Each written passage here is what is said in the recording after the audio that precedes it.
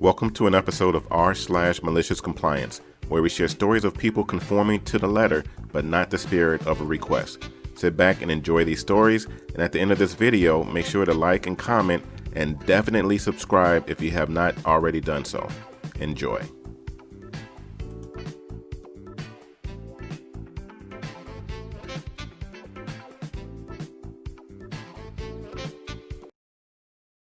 And this story is posted by u/warden_of_monsters.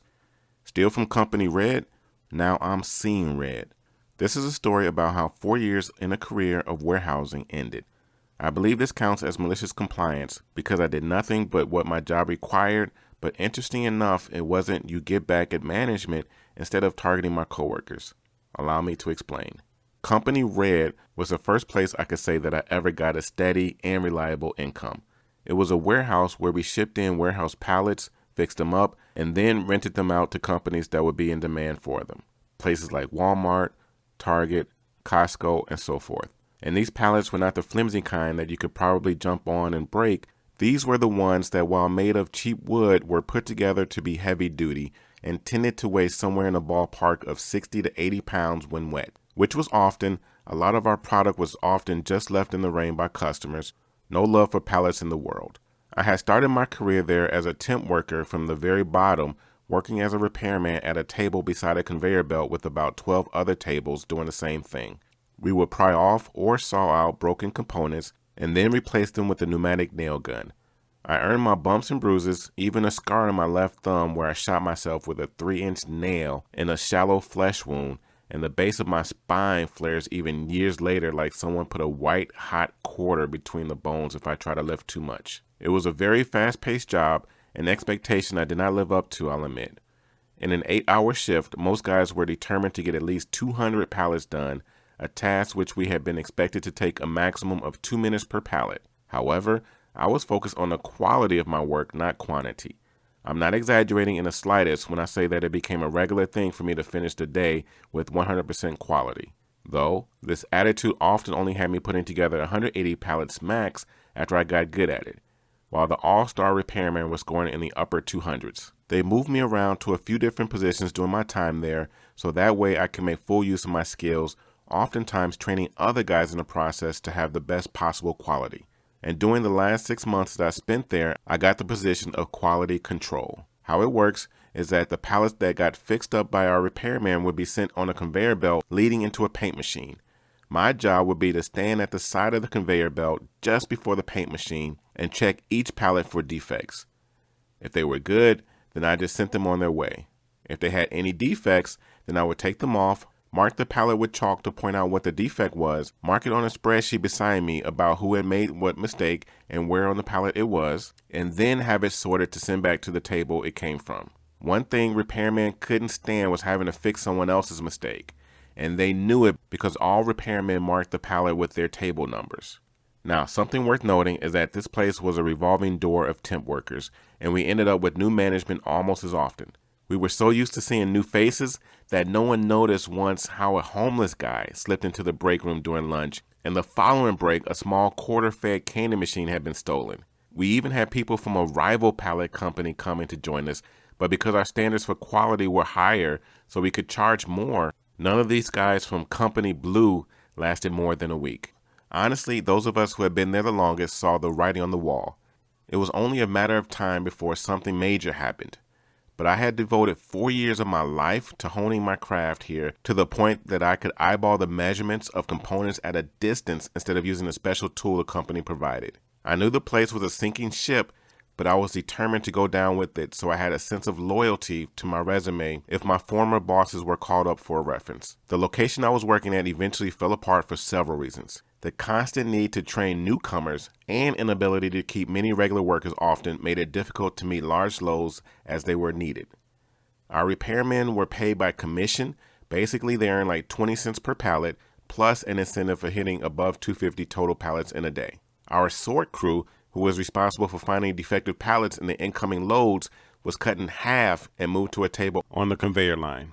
Our current floor supervisor quit, so running the floor was left to the head manager of our location and our HR rep. These circumstances led to an outright cluster F in the final months I spent there. Sort crew would usually stack the defective pallets for forklifts to deliver to a table, and the good ones would simply be repainted by sending them down to the conveyor line between shifts. It was usually done by hand in two-person teams. But because management wanted to cut costs, they thought one person doing this at a table would be more efficient. It didn't work. Oftentimes, the sort guy was new and just a big guy who could move a lot of pallets quickly. He wasn't experienced enough to see defects that those of us who had been there longer would see, and just focused on throwing what pallets he could get away with onto the line so he could make a good impression with the bosses. This led to the line being chronically congested with pallets pressing against one another just hard enough I couldn't lift them to check them properly without risking injury. All I could do was kneel and use the 3 seconds I had before the paint machine pulled in its next pallet to check the upper and lower sides as best I could. The real hell was when the other repairmen caught on to what was happening. They started doing bare minimums and sometimes not even that before wedging their pallets onto the congested flow. The forklift drivers only kept records of the stacks delivered to the tables, so these lazy coworkers of mine were effectively getting paid not to do their jobs. I suspect a great many of them were doing it intentionally just to either frustrate me into quitting or making me look inept enough that I'd be fired or demoted. I knew what was going on from the start, and several times I tried talking to my manager about it. He and our HR rep could only shrug and say, "We don't know what to tell you other than just do your best and we'll try to figure something out." I got ticked.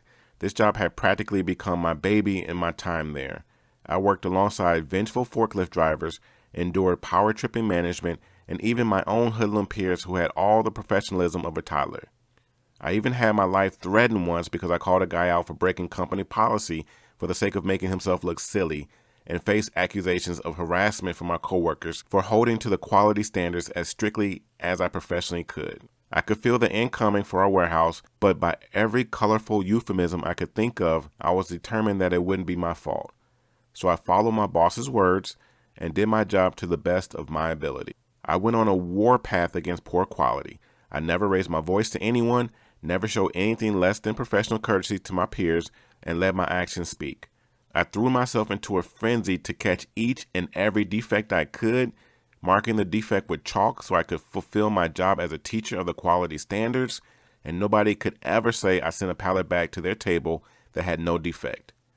I made such a crusade of it that my peers largely decided to see how far I was willing to take this before I gave up, and started sending down all sorts of defective pallets.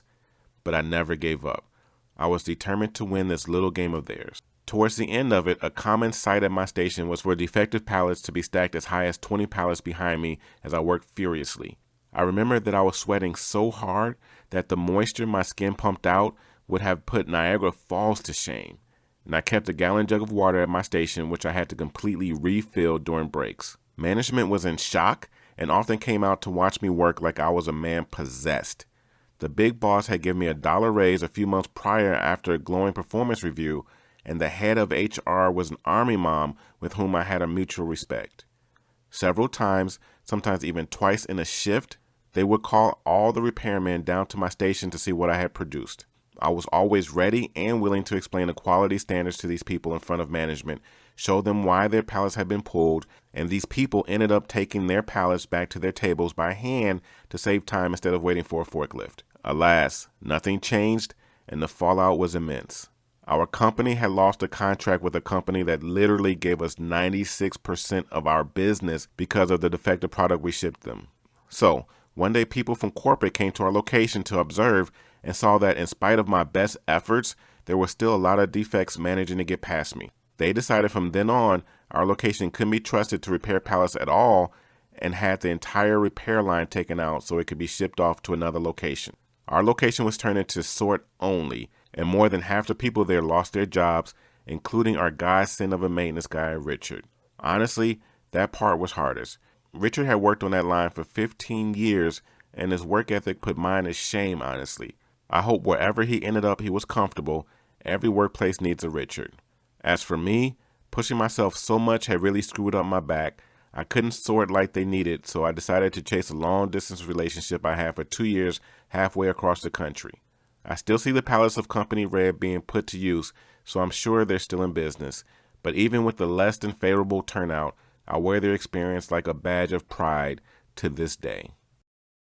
That was one amazing story. To hear the best stories of the week, click on the video in the top left-hand corner. To hear more Reddit stories all related to what you just heard, click on the video in the top right-hand corner. If you have not already done so, click on the subscribe button in the bottom right-hand corner. Once again, this is TNA, Top Notch Audio. Thank you for listening and have yourself a great day.